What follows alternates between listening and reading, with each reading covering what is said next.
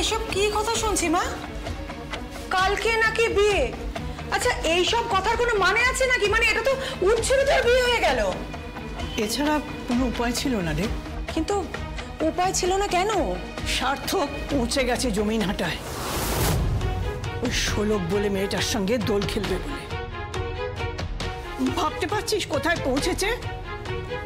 সার্থককে বাড়িতে আসতে দে, আমি ওর সাথে রানীর বিয়ে দেবই। তা বলে কালকেই বিয়ে?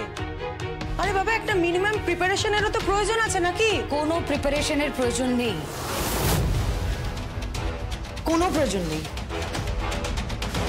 সার্থক যেমন আমাদের সবাইকে অসম্মান করেছে, আমাদের সবার প্রত্যেকটা মানুষের বিরুদ্ধে গিয়ে ওই মেয়ে ওই শোলকের সাথে সম্পর্ক রেখেছে, দোল খেলতে গেছে আজকে ওর সাথে,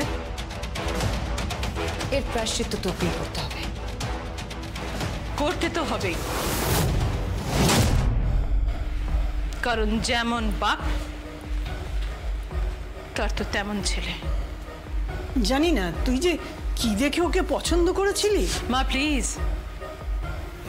জীবনে একটা ভুল না হয় করেছি, কিন্তু সেই ভুলের মাসুল তো সারা জীবন ধরে দিয়ে যাচ্ছি। কিন্তু একদিনের মধ্যে কি বিয়েটা সম্ভব? সম্ভব। তুমি তো জানো এই পরিবারের পক্ষে সবকিছু সম্ভব। লাগবে তো শুধু একটা বিয়ের মণ্ডপ, ও কাল সকালের মধ্যে তৈরি হয়ে যাবে। আর তাছাড়া লাগবে একজন পুরোহিত মশাই, পাত্র আর পাত্রী, ব্যাস। পাত্রী তো পেলে, কিন্তু পাত্র সে কি আসবে? আসবে, 100 বার আসবে। আমার মনে হয় না আসবে বলে।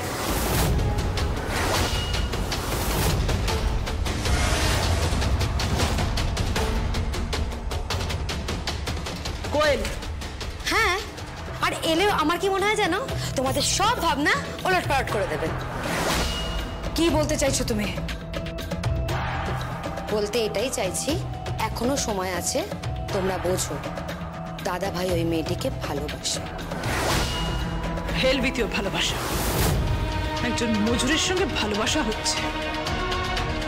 দেখো, মানো বা না মানো, কোয়েলের কথা কিন্তু উড়িয়ে দেওয়া যাচ্ছে না। বরং আমি তোমাকে বলবো, তুমি তোমার ছেলের খবর নাও যে তোমার ছেলে কি করছে। আমি ওকে আসতে বলেছি, ঠিক এসে যাবে। বিয়ের লগ্নের আগে আসবে তো? হ্যাঁ, বিয়ের লগ্নের আগে আমার ছেলে ঠিক চলে আসবে। দেখা যাক। আমি কিন্তু কোয়েলের সঙ্গে একমত। আমার মনে হয় কালকে বিয়ের মণ্ডপে কিছু একটা নিশ্চয়ই ঘটবে। দেখো, সার্থক যখন সমস্ত বাধা অতিক্রম করে গ্রামে ওই মজুরটার বাড়িতে জমিনহাটায় পৌঁছে গেছে, তখন ওই মেয়েটাও কিন্তু সব বাধা অতিক্রম করে এই মুখার্জি বাড়িতে ঢুকতে পারে। মেরে ফেলে দেবো।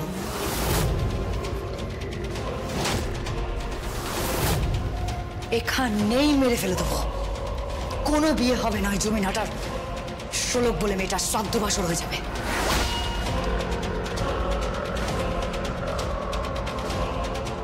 ও আমাকে চ্যালেঞ্জ করেছে, আমায় র্যাম্পে হাঁটাবে। ও চেনে না আঁচল মুখার্জিকে। ও আঁচল মুখার্জিকে চ্যালেঞ্জ করেছে, তো আগামী 24 ঘন্টার মধ্যে যদি আমি খেলা না ঘুরিয়েছি, তাহলে আমার নামও আঁচল মুখার্জি নয়।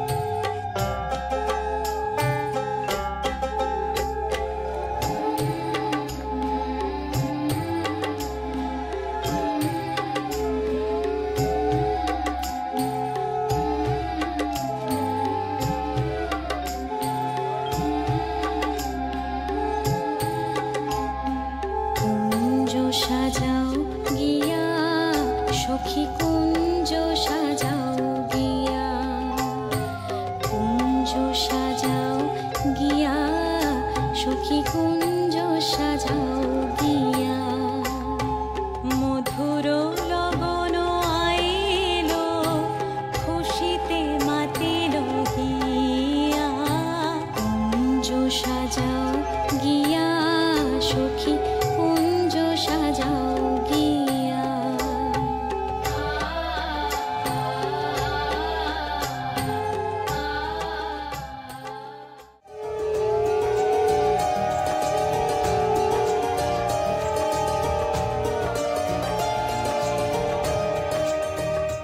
বাবা একটু হলুদ তো ছোঁয়াতে হবে। হ্যাঁ, ও ছুঁয়ে নেবে। আপনি এত ভাবছেন কেন? আপনি একদম সংকোচ করবেন না।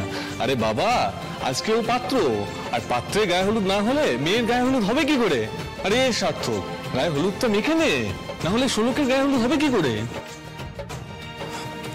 এটাই নিয়ম। হ্যাঁ এটাই নিয়ম। মা এত কথা বলছো কেন? এই তোরা আয় তো, সবাই মিলে ধর তো।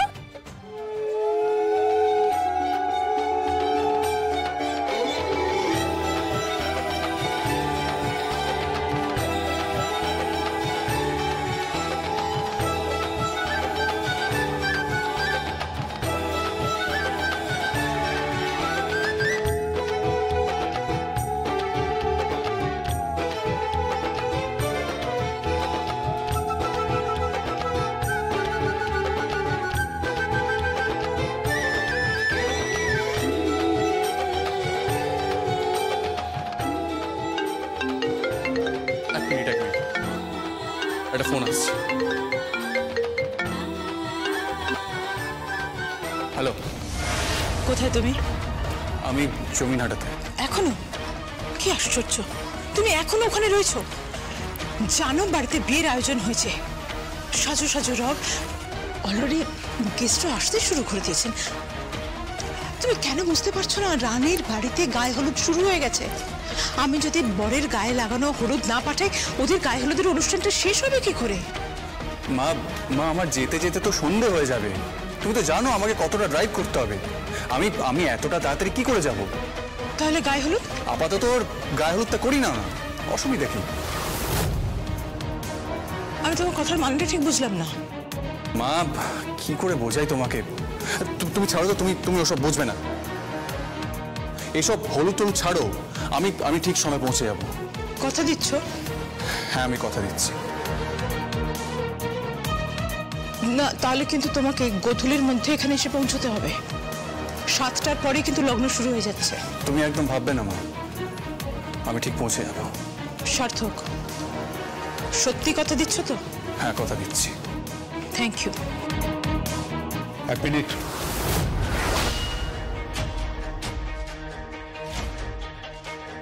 ফোনটা দাও।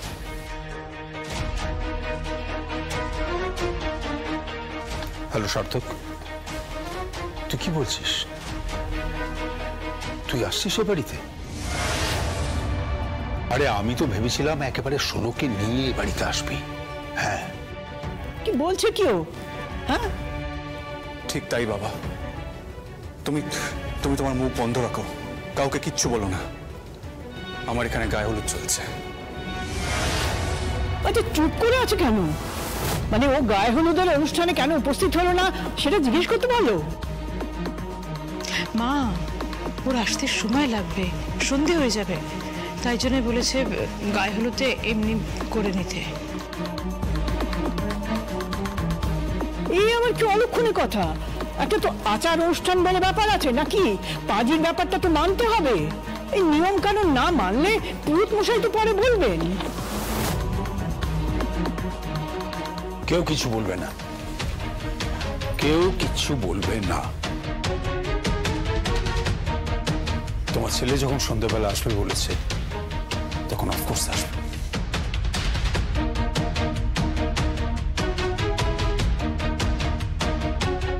কনগ্রাচুলেশন সার্থক।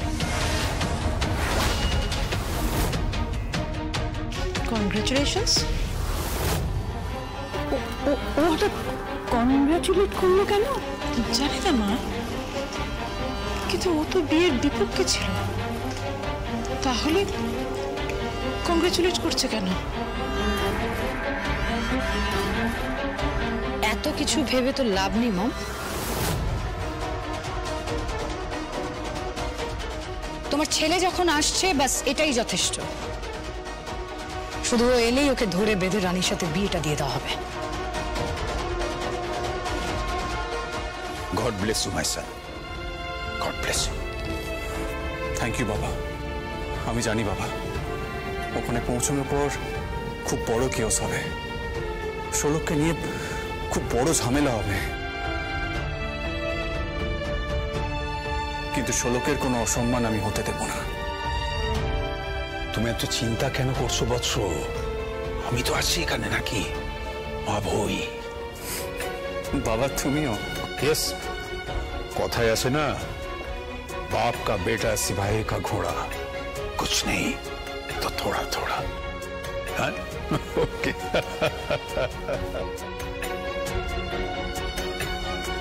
আর সময় নষ্ট করে লাভ নেই। হ্যাঁ ঠিক বলেছো, চলো চলো, মেয়ের গায়ে হলুদ দিতে হবে তো। এই তোমরা শাক বাজাও, উলু দাও।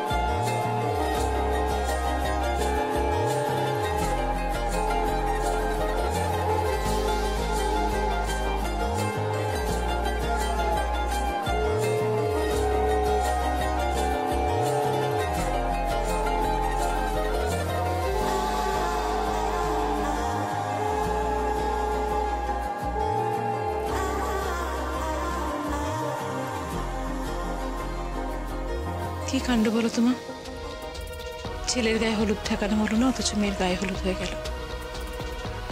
ও তো ঠাকুরের পায়ে ছোঁয়ানো হয়ে গিয়েছে, ওতে কোনো দোষ নেই।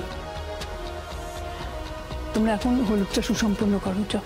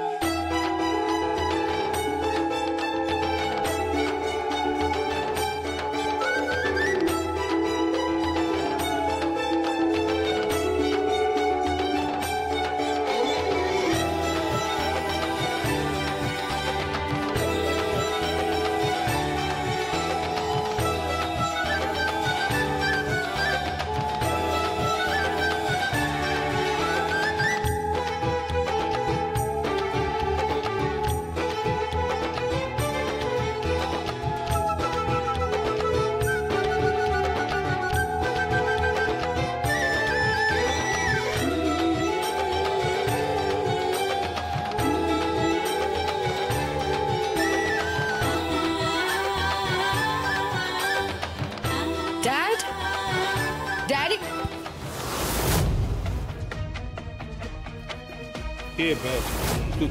তুই এখানে কি করছিস? তুমি আশীর্বাদী হারটা নিয়ে কি করছো? বুঝতে পারছিস না, নতুন বউ বাড়িতে আসবে, আশীর্বাদের হাটটা একবার দেখে নেবো না? তোমাকে দেখে নিতে হবে কেন? এগুলো তো মমের দায়িত্ব, এগুলো তো আমরা মেয়েরা বুঝে নেব। রানীকে কি দিয়ে আশীর্বাদ করব, কি গয়না পরাবো, কি দিয়ে সাজাবো। তুমি এসবের মধ্যে মাথা ঘামাচ্ছ কেন? কি হয়েছে? কি কি হয়েছে মানে? মম ড্যাড এখন বাড়ির মেয়েদের গয়না নিয়ে মাথা ঘামাচ্ছেন, স্পেশালি আশীর্বাদী হার। অথচ এতক্ষণ যেখানে গায়ে হলুদ চলছিল সেখানে কিন্তু উনি একবারও যাননি, একবারও ওনার উপস্থিতি ছিল না, একটা ছবি পর্যন্ত তোলেন।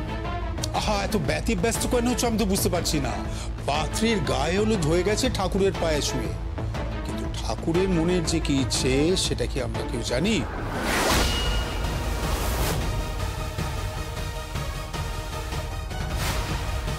ঠাকুরের কি ইচ্ছে মানে? ঠাকুরের ইচ্ছে মানে দেখ, কথায় আছে না, জন্ম মৃত্যু বিয়ে তিন বিধাতা নিয়ে।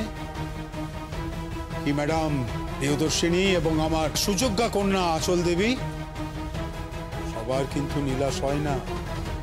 What do you mean? তুমি কাকে নীলা বলছো? রানীকে বলছি। আর শুধু নীলা নয়, একেবারে রক্তমুখী নীলা। ওই নীলা তোমার ছেলে সহ্য হবে না, ইনডাইজেশন হয়ে যাবে, তাই ওই বিয়েটা না হওয়াই ভালো। আর ওরা যদি সংসার করে তাহলে আরেকটা মেকি সংসার তৈরি হবে, ওই সংসারটা ভেঙে যাবে। নাহলে তোমার আমার মতো একটা সংসার হবে যেখানে সংসারটা হবে কিন্তু দুজনে দুই মেরুতে দাঁড়িয়ে। কিন্তু আমি যে আমার ছেলেকে অসুখী দেখতে চাই না, আনহ্যাপি দেখতে চাই না, and that is final. Aditya, তোমার ছেলের বিয়ে, হ্যাঁ? তোমার বাড়িতে বিয়ে, এত লোকজন গেস্টরা আসছে, বিয়েটা যদি ভেঙে যায়, যদি না হয়, তাহলে আমাদের মান সম্মান সমস্ত কিছু যাবে। তুমি কেন এভাবে সিনক্রিয়েট করছো? কেন করছো তুমি? কাকে বলছো মা? ওর কোনো সেন্স আছে নাকি? মেন্টালিটিটা তো সেই কর্মচারীদের মতো। তোর মনে আছে তুমি বিয়ের আগে কি কাজ করতে? প্লিজ প্রিয়দর্শিনী, প্লিজ আমাকে এভাবে আঘাত করো না। আফটার অল আমি তো তোমার স্বামী। দরকার পড়লে থাকবে না?